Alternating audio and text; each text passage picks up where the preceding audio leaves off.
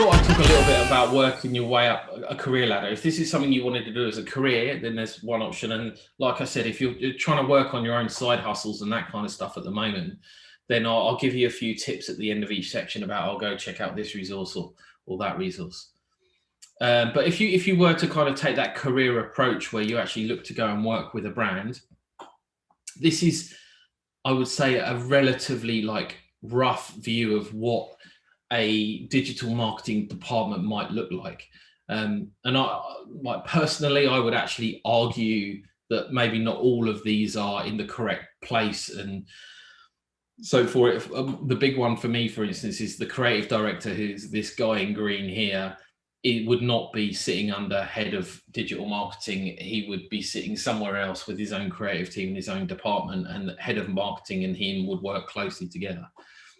But if we go from like the bottom up, so you'll probably start off as a digital marketing intern, and then fairly quickly, providing you're doing a good job, turn into a digital marketing executive.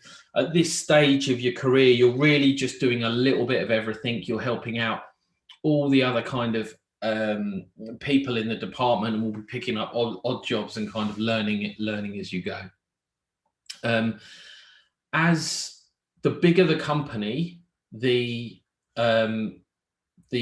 more specialist each role will be. But also within, if you're in a small organization or even a one or a two-man band, you'll actually end up doing a lot of these things yourself.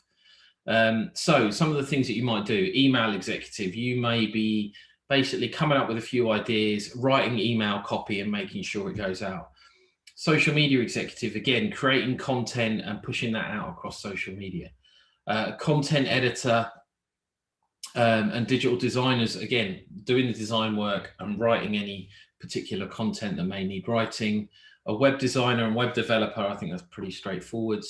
Search engine optimization executive will be looking at ways that you can kind of optimize the website. So when people search for your brand or even a topic around your brand, you start to get found.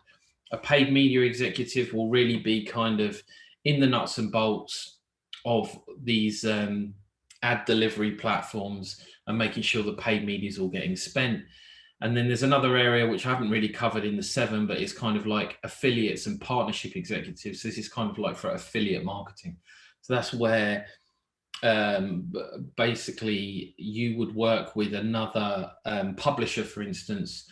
You would put banners on their website, and that publisher would actually earn revenue from anything that was sold through the adverts they display on their websites. And then, so that's at an exec level. And then at a management level, so there's an exec level is a lot of like just doing the work, right? Getting it done and delivering on the work. And then when you get up to a kind of management level, that's where you're more managing processes. Obviously, you'll have a team underneath you that will be reporting into you as well.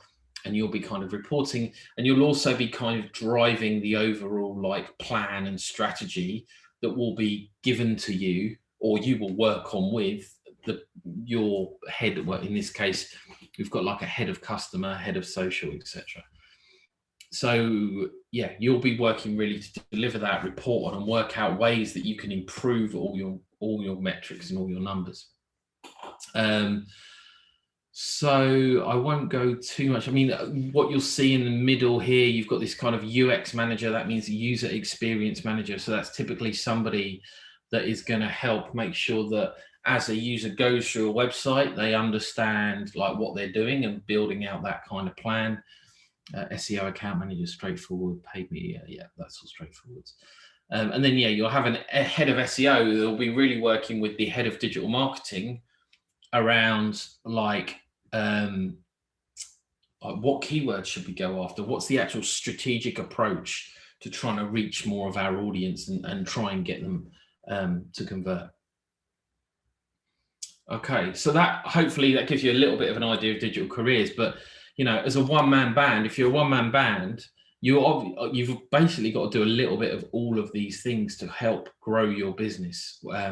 So you might have to do a bit of design if you feel like you can do design, or you'll be able to find tools out there that can help you. You might need to do your own kind of SEO research and that kind of stuff as well. All those sorts of things, you know, doing your own paid media, advertising and that kind of stuff, you have to do yourself. So we'll come back, so we're back to here in the 7 things. I'm just really gonna talk around each one of these areas. Again, if you've got any questions, please shout. So content marketing. So content marketing isn't just creating cool stuff and letting lots of people see it. When you're thinking about what content do I need to create for my business or my brand, you really need to think about how are we going to attract, acquire, and engage your audience, right? What content is going to work with them, and after they've consumed whatever that piece of content is, whether it's an image, a tweet, a 20-minute video, what's the goal? What are you next going to try and get them to do? How are you going to drive a profitable customer action from what you're doing? And the other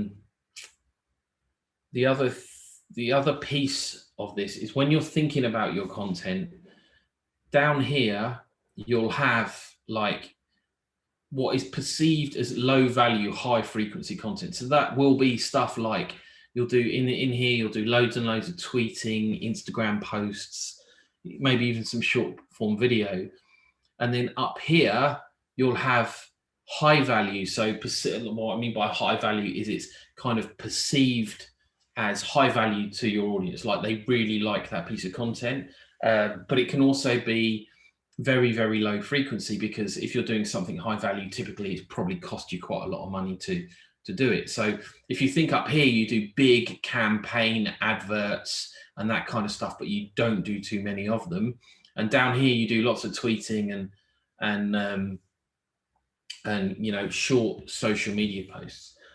So if you're thinking about building out a content plan for your brand or your business, think about, right, what's the stuff that I'm going to need to do like every single day, and then have a think about, and what are the things that I might do like once a month or once every 3 months that are going to be really big and create lots and lots of awareness and impact for us.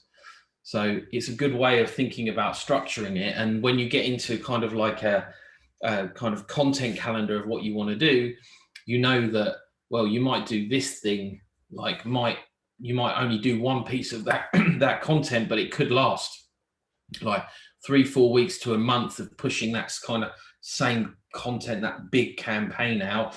Whereas this stuff, you're actually just going to be dropping something every day, and it's going to be a very short, quick message.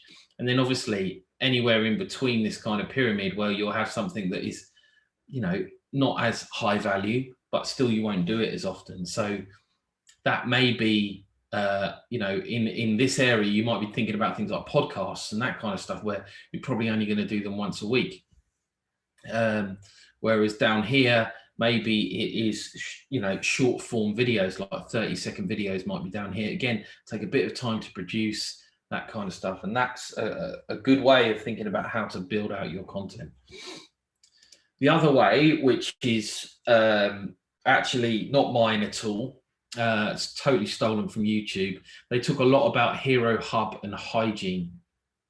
So your hero content's your big campaign.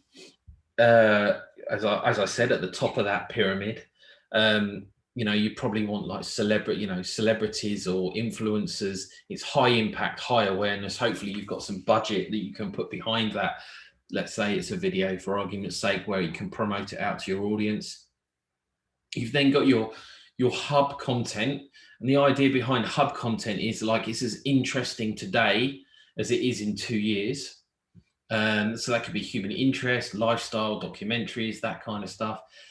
And then you've got like your hygiene content, which kind of may sound a little bit weird, but it's kind of like your how-tos and the stuff that people can't really go without. If you sit on YouTube and you think, well, YouTube's like the second biggest search engine in the world, people are often looking for how to do things or what to do with things. So if you have a product, show people how to use it. That's a kind of definition of hygiene content. So those are just a couple of things to think about with content. I know that the Inside Success guys are using a tool called Canva, which is really useful.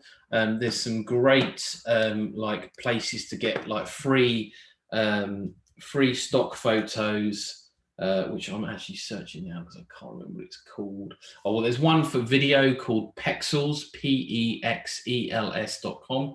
It's a great place to find free videos, free stock photos. The name is really escaping me. It's doing my head. Unsplash is the other one. If you want to go and check out some like great photography and it's all free to use, go and check out unsplash.com. So Canva, Pexels, Unsplash, probably worth checking out if you ever need to kind of use or create any content for yourselves.